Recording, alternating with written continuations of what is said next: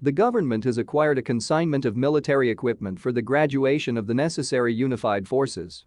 A Sudanese plane carrying uniforms for various military units including the National Security, Civil Defense, Wildlife, and Police Service landed at Juba Airport on Friday. The shipment, received by the Joint Transitional Security Committee, contains items like belts, caps, boots, and socks. It was actually received this morning at Juba International Airport. Very good consignment, very important one, that we have been working for, said Army spokesperson, Major General Lul Ruai.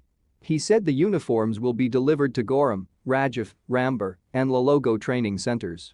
The uniforms is brought according to parade at the respective training centers.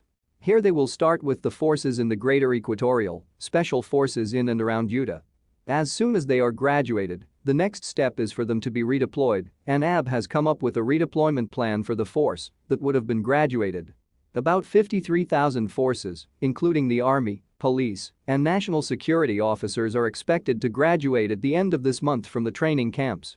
When asked about the area of deployment of the forces after graduation, Lul said the deployment will be based on the prevailing security situation in the country. Most part of the country are having insecurity. So the deployment will be done based on that area that are having a lot of insecurity. This is where our force are going to be directed to, so they stabilize the security situation, the official told iRadio on Friday.